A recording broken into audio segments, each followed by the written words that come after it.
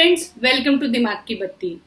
आपने फिल्म कुछ कुछ होता है तो जरूर देखी होगी। उसमें एक डायलॉग है, राहुल इज अ चीटर। लेकिन जिस राहुल की बात मैं कर रही हूँ वो राहुल लायर है।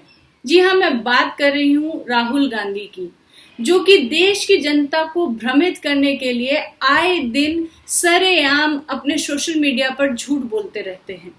पिछले दिनों तक राहुल गांधी देश की जीडीपी के फैक्ट्स को तोड़ मरोड़ कर देश की अर्थव्यवस्था पर सवाल उठाने के लिए झूठ बोल रहे थे, और अब राहुल गांधी ने भारत और रूस के संबंधों के बारे में झूठ बोला है। दरअसल मसला ये है कि भारत और रूस के बीच पिछले 2 दशकों से एक वार्षिक समिट आयोजित किया जाता रहा है, लेकिन इस साल इस समिट को स्थगित कर दिया गया। फिर क्या था, राहुल गांधी को जैसे ही समिट स्थगित होने के बारे में पता चला, उन्होंने कारण जानने की जरूरत ही नहीं समझी और उनको इसमें एक अपॉर्चुनिटी नजर आई और उन्होंने सरकार पर सवाल उठाते हुए एक ट्वीट कर दिया। इस ट्वीट में राहुल गांधी लिखते हैं कि रूस हमारा एक बहुत ही महत्वपूर्ण मित्र राष्ट्र है और रूस के साथ पारंपरिक रिश्तों को खराब करना भविष्य के लिए हानिकारक साबित होगा। अब इसे ही कहते हैं तिल का ताड़ बनाना। राहुल गांधी के इस सफेद झूठ को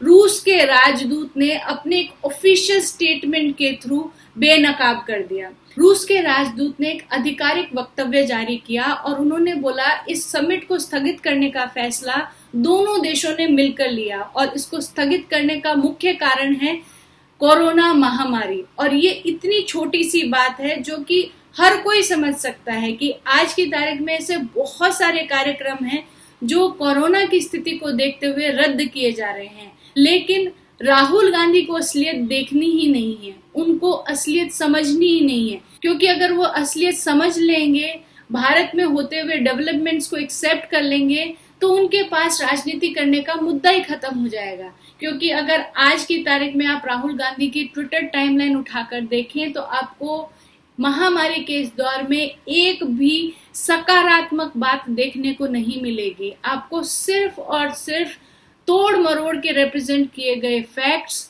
गलत तथ्यों पर आधारित स्टेटमेंट्स और भ्रमित करने वाली बातें ही नजर आएंगी। लेकिन इन सब के बीच राहुल गांधी ने एक इनकॉम्पिटेंस शब्द का इस्तेमाल करते हुए जो एक स्टेटमेंट दिया, वो 100% राहुल गांधी पर सही सिद्ध होता है। आप भी सुनिए उन्होंने क्या कहा। This is what India has to understand. This is what all youngsters have to understand.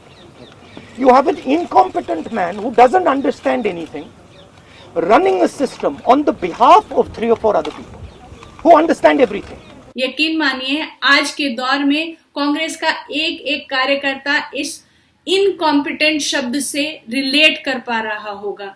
लगातार पिछले 2 लोकसभा चुनाव में जिस तरीके से देश के सबसे पुराने राजनीतिक दल कांग्रेस पर से लोगों का भरोसा उठता जा रहा है, हर चुनाव में जिस प्रकार से कांग्रेस के उम्मीदवारों को हार का मुंह देखना पड़ रहा है, इनकॉम्पिटेंस का इससे बड़ा उदाहरण तो कोई हो ही नहीं सकता।